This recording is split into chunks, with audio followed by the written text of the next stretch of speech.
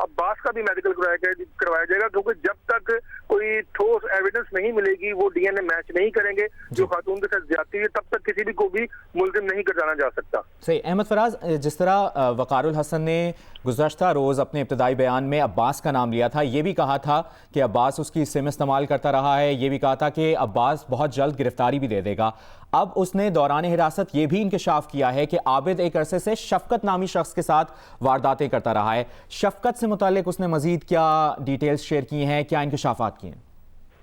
جی، شفقت کے بارے میں جو پولیس نے ابھی تک ہم تک جو انہوں نے شیئر ڈیٹیل کی ہیں، جو ڈیٹیل شیئر کی ہیں، اس کے مطابق شفقت کی گرفتاری کے لیے بھی کچھ چھاپے مارے جا رہے ہیں، اور ہیں یہ تمام جتنے بھی یہ لوگ ہیں یہ شیخ پورہ کے ہی رہنے والے ہیں، لیکن ابھی تک جو ہے شفقت بھی ہاتھ نہیں آ سکا۔ شفقت کو بھی گرفتار کرنے کی کوشش کی جا رہی ہے، اور خاص طور پر جو مرکزی ملزم ہے عابد، اس کے بارے میں تو ابھی تک کوئی بھی معلومات ان کو نہیں ملی کہ وہ اس وقت کہاں ہے اور اس کا کس کس سے رابطہ تھا۔ کچھ مزید ان کو ڈی این اے کے جو ہے وہ ثبوت تو ضرور ملے ہیں، میڈیکل ایویڈنس میں تو ضرور ہے کہ اس نے خاتون کے ساتھ زیادتی کی ہے، لیکن ابھی تک اس کے بارے میں یہ پتہ نہیں چلا کہ وہ کہاں ہے۔ لیکن جو ملزمان کا نام پولیس کی جانب سے لیا جا رہا تھا، جس طرح وقار اور عباس کا نام لیا جا رہا تھا، وہ خود بخود پولیس کے پاس پیش ہو گئے اور انہوں نے کہا کہ جی ان کا اس کیس سے کوئی تعلق نہیں ہے، لیکن پولیس جو ہے وہ ان کا ضرور میڈیکل کروائے گی اور ان کو ڈی این اے ٹیسٹ کے لیے آج لے کے جائیں گے۔ ٹھیک ہے، اور ڈی این اے ٹیسٹ کے لیے آج لے کے جائیں گے۔ وقار الحسن کا کل ڈی این اے ٹیسٹ ہوا تھا، اس بارے میں کچھ پتہ چل سکا؟ ڈی این اے رپورٹ کب تک آ جائے گی؟ جی بالکل، یہ جو ڈی این اے رپورٹ ہوتی ہے اس میں تو کم از کم 72 سے 82 گھنٹے ضرور لگتے ہیں، لیکن ابھی تک اس کی رپورٹ آئی نہیں ہے، کیونکہ کل وقار کا ہوا تھا میڈیکل، کل اس کا ڈی این اے ٹیسٹ ہوا تھا۔ آج جو ہے وقار کا یہ جو سالہ ہے عباس، اس کا بھی کروایا جائے گا، کیونکہ عباس کی جانب سے عباس کے بارے میں یہ کہا گیا تھا کہ عباس عابد کا ساتھی ہے، لیکن اچانک اب وہ بھی لوکل جو پولیس تھی، مقامی پولیس جو شیخ پورہ کی پولیس تھی، وہاں پیش ہوا ہے اور اس نے بتایا کہ جس کو اس کیس سے بھی کوئی تعلق نہیں ہے، اور اسی وجہ سے بے شک اگر اس نے یہ کہہ بھی دیا کہ اس کا کوئی تعلق نہیں ہے، لیکن پولیس اس کے بیان کو یقین نہیں کر رہی۔ جب تک اس کا ڈی این اے ٹیسٹ کروا کے تب تک ریزلٹ نہیں آئے گا، تب تک وہ پولیس کی حراست میں ہی رہیں گے اور کوئی فائنل حتمی رائے نہیں دی جا سکتی۔ صحیح، بہت انکشافات بھی ہو رہے ہیں، پیش رفت بھی ہو رہی ہے لاہور موٹر وے زیادتی کیس میں۔ پولیس حکام سے اس بارے میں جب آپ کی بات ہوئی ہے احمد فراز، تو کہے گا کیس کے مرکزی ملزم عابد کو اب تک گرفتار نہیں کیا جا سکا، پولیس حکام کیا کہہ رہے ہیں؟ کتنے قریب ہیں وہ عابد کو پکڑنے کے لیے؟ کب تک پکڑا جا سکتا ہے عابد کو؟ دیکھیں، جس طرح یہ کیس جس طرح سامنے آیا ہے، تو اس کے بعد جس طرح پنجاب فورینسک سائنس ایجنسی نے جس طرح ڈی این اے بینک سے اس کا ڈی این اے جو ہے وہ نکالا اور پتہ چلا کہ یہ وہی ملزم ہے جس نے 2013 میں بہاول نگر میں ایک خاتون اور اس کی بیٹی کے ساتھ زیادتی کا اس کو زیادتی کا نشانہ بنایا گیا تھا، تو جب یہ ڈی این اے بینک سے نکلا ہے اس کا تمام ریکارڈ، تو اس کے بعد سے ہی پولیس کی تمام ٹیمیں جو ہیں اس وقت نہ صرف پنجاب پولیس بلکہ Lahore police, C I A police, investigation, C T D, I B, جتنی بھی ایجنسیز ہیں، جتنے بھی قانون نافذ کرنے والے ادارے ہیں، وہ تمام ان کی تمام ٹیمیں جو ہیں وہ عابد کی گرفتاری کے لیے بھرپور کوششیں کر رہی ہیں، لیکن بدقسمتی سے یہ ہے کہ جس طرح ایک دم سے لیک آؤٹ ہوگا کہ عابد اس کا مرکزی کردار ہے، تو پولیس کا یہ کہنا ہے کہ وہ اپنے ٹھکانے سے غائب ہو گیا، اس کے کچھ ٹھکانوں پر کچھ ڈیروں پر پولیس نے ریڈ بھی کیا لیکن وہ نکل چکا تھا۔ اب پولیس کا یہ کہنا ہے کہ ابھی بھی جو ہے تمام خاص طور پر بہاول نگر، فورٹ عباس، لاہور، شیخ پورہ میں کچھ قلعہ 17 خاص طور پہ، اور وہاں پر اس کی کچھ موجودگی کے لیے جن لوگوں اس کا رابطہ تھا ان لوگوں کو گرفتار بھی کیا گیا ہے، ان سے رابطے بھی کیے جا رہے ہیں، لیکن ابھی تک کوئی چیز سامنے نہیں آئی کہ جس سے یہ پتہ چل سکے کہ مرکزی ملزم جو عابد ہے وہ اس وقت کہاں ہے، لیکن پولیس کے اس بارے میں یقین ہے کہ وہ کہیں نہ کہیں جہاں بھی ہوگا انشاءاللہ اس کو ضرور جلد از جلد گرفتار کر لیا جائے گا۔ مرکزی ملزم عابد کی گرفتاری کے لیے چھاپے مارے جا رہے ہیں۔ آپ نے تفصیلاً اپڈیٹ کیا ہے احمد فراز، بہت شکریہ آپ کا، آپ سے مسلسل اپڈیٹس لیتے رہیں گے۔ لاہور موٹر وے زیادتی کیس میں یہ اہم پیش رفت ہوئی ہے، ملزم وقار کے سالے عباس نے گرفتاری دے دی ہے۔ عباس نے شیخ پورہ میں خود کو پولیس کے حوالے کیا، اور ساتھ ہی ساتھ آپ کو یہ بھی بتائیں کہ عباس ملزم وقار کے نام پر جاری ہونے والی سم استعمال کر رہا تھا، یہ بتایا ہے ذرائع نے۔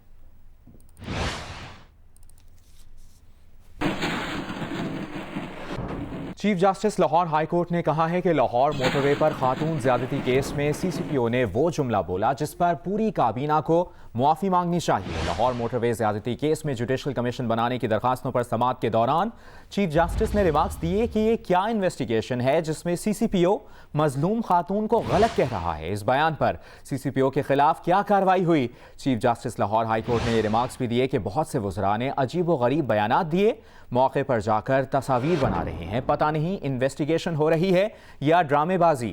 جوڈیشل کمیشن بنانے کی درخواستوں پر لاہور ہائی کورٹ نے سی سی پی او تحقیقات کے لیے کمیٹی کا نوٹیفیکیشن اور تازہ رپورٹ طلب کر لی۔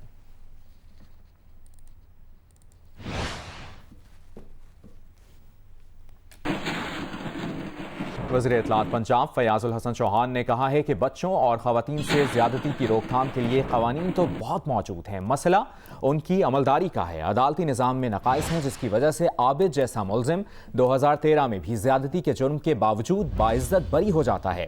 جیو نیوز کے پروگرام جیو پاکستان میں گفتگو کرتے ہوئے فیاض الحسن چوہان کا کہنا تھا کہ ان کی ذاتی رائے میں زیادتی کے مجرموں کو عدالتی کارروائی کے بعد سرعام موت کی سزا دینی چاہیے۔ قوانین تو بے تحاشا ہیں۔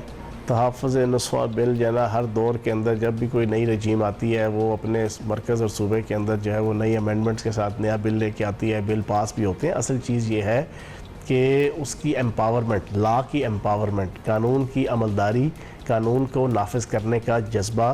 اور پھر دوسری امپورٹنٹ چیز یہ ہے، میں تو سمجھتا ہوں کہ یہ کم از کم ریپ کیس جو ہے بچے اور بچیوں کے ساتھ اور خواتین کے ساتھ، اس کے حوالے سے قانون کے تقاضے پورے کرنے کے بعد، پوری پروسیڈنگ کمپلیٹ کرنے کے بعد، عدالت کی پروسیڈنگ کمپلیٹ کرنے کے بعد، میری ذاتی رائے یہ ہے، یہ میری حکومت کی رائے نہیں ہے، یہ میری ذاتی رائے ہے کہ اس کو سر عام جو ہے نا وہ موت کی سزا ملنی چاہیے۔ آگے بڑھتے ہیں، آپ کو بتائیں لاہور کی احتساب عدالت میں شہباز شریف اور حمزہ شہباز کے خلاف منی لانڈرنگ کیس کی سماعت ہوئی۔ عدالت میں شہباز شریف کے اہل خانہ کو ابتدائی مرحلے میں طلب نہ کرنے کی درخواست دائر کی گئی ہے۔ جج نے ریمارکس دیے کہ قانون کے مطابق شریک ملزمان کو پیش ہونا ہے۔ منی لانڈرنگ کیس کی سماعت 29 ستمبر تک ملتوی کر دی گئی۔ دوسری جانب صحافیوں سے غیر رسمی گفتگو میں شہباز شریف کا کہنا تھا کہ اس سنگ دل حکومت کو انتقام کے علاوہ کچھ نہیں آتا، یہ دن رات انتقام ہی لے سکتے ہیں۔ حمزہ شہباز اس حکومت کے ظلم کا شکار ہوا۔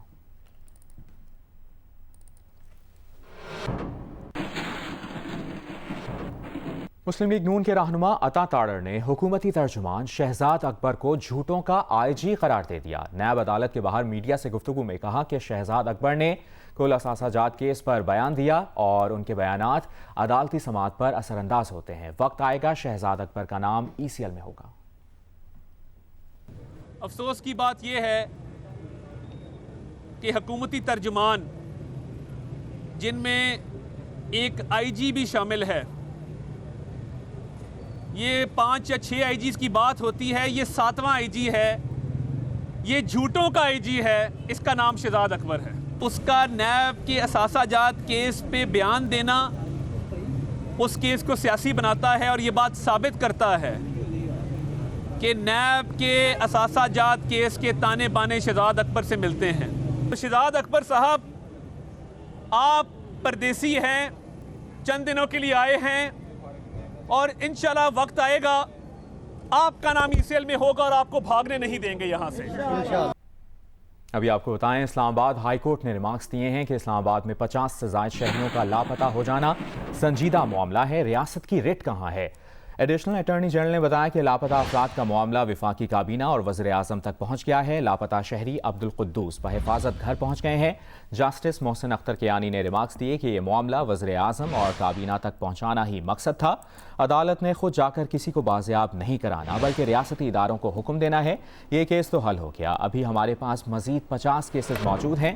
عدالت نے لاپتہ شہری عبدالقدوس کی بازیابی کے لیے دائر درخواست نمٹا دی۔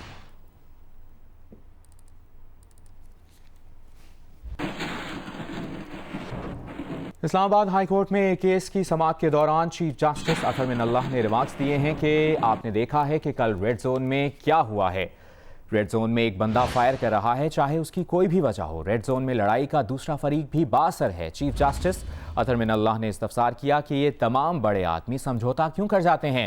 انہوں نے کبھی نہیں سنا کہ کسی مہذب معاشرے میں ایسے سمجھوتے ہوتے ہوں۔ بولے کئی بار کہہ چکے ہیں کہ اس شہر میں لاقانونیت ہے، ریاست کی ریٹ بھی تو کہیں ہونی چاہیے، ریاست بھی تو کسی چیز کی ذمہ داری لے۔ گزشتہ روز ایڈیشنل سیشن جج ملک جہانگیر کا پی ٹی آئی کی رکن پنجاب اسمبلی عابدہ راجہ کے شوہر چودھری خرم سے مبینہ طور پر گاڑی اوورٹیک کرنے کے معاملے پر جھگڑا ہوا تھا۔ جھگڑے کے دوران ایڈیشنل جج کو تشدد کا نشانہ بنایا گیا تھا، جبکہ سیشن جج کی جانب سے فائرنگ کی گئی تھی۔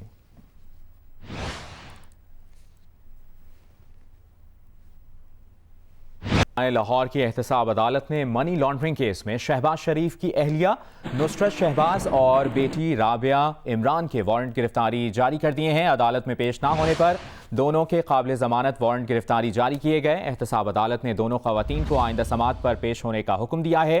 عدالت نے شریک ملزم احمد علی اور طاہر نقوی کو اشتہاری قرار دینے کی کارروائی کا بھی آغاز کر دیا ہے۔ سماعت کے دوران نیب نے عدالت کو بتایا کہ سلیمان شہباز کے وارنٹ گرفتاری وزارت خارجہ کو بھجوا دیے ہیں۔ عدالت نے منی لانڈرنگ کیس کی سماعت 29 ستمبر تک ملتوی کر دی ہے۔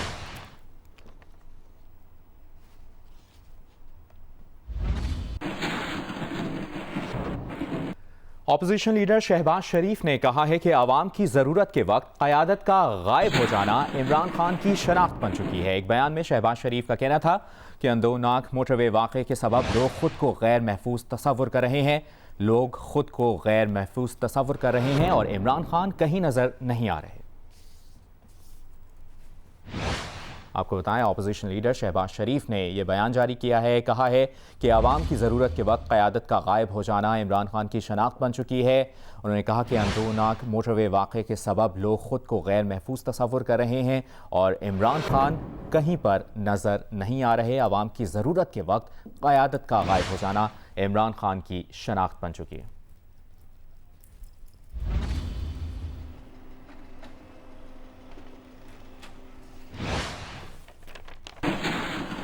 شہباز شریف کے اسی بیان پر رد عمل دیتے ہوئے معاون خصوصی شہباز گل نے کہا ہے کہ یہی تو مسئلہ ہے آپ کی سوچ کا۔ ابھی تک آپ ہوتے تو اپنی تصویر بنانے کے چکر میں مظلوم کی شناخت شکل سب میڈیا پر ہوتی۔ عمران خان آپ کی طرح ڈرامے نہیں کرتے اور ذمہ دار ہیڈ آف اسٹیٹ کے طور پر اداروں کو اپنا کام خود کرنے دیتے ہیں، لیکن اگر آپ کو اس بات کی سمجھ ہو تو آپ خود ایسی حرکتیں کیوں کرتے ہو؟ متفق یہی مسئلہ درپیش رہا ہے۔ نون لیگ کو ہمیشہ سے حکومت میں آئے اور لوٹ مار کی، جب بھی کبھی لوٹ مار کا حساب دینا پڑا، کبھی معافی مانگ کر جدہ، اور جب انقلاب کی قیادت کا وقت آیا تو فراڈ میڈیکل رپورٹس کے ذریعے ملک سے فرار کارکنوں کو ٹرک کی بتی کے پیچھے لگا کر انقلاب لندن میں کافی پی رہا ہے۔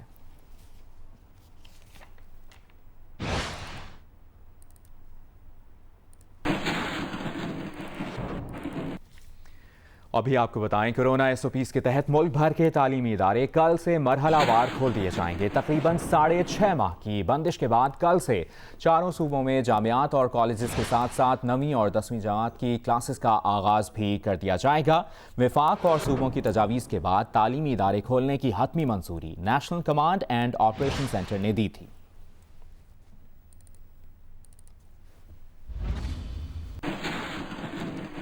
وزیراعظم عمران خان نے تمام schools public health security rules کے مطابق کھولنے کی ہدایت کی ہے۔ کہا اجتماعی ذمہ داری ہے کہ ہر بچہ محفوظ طریقے سے اسکول جائے اور تعلیم حاصل کرے۔ کل اسکول واپسی پر لاکھوں طلباء کو خوش آمدید کہیں گے۔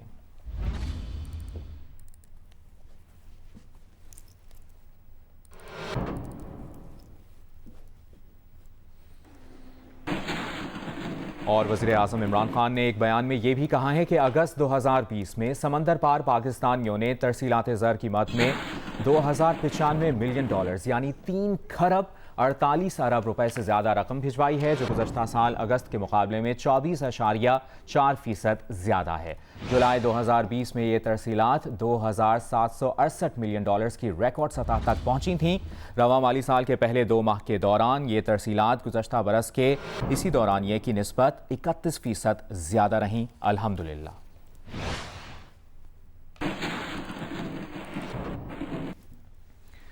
خبروں کی دنیا میں بدین اور تھرپارکر کو شناخت دینے والے جیو نیوز کے نمائندے محمد حنیف زئی انتقال کر گئے۔ وہ کراچی کے اسپتال میں زیر علاج تھے۔ ان کی تدفین بدین کے علاقے گلارچی میں کر دی گئی ہے۔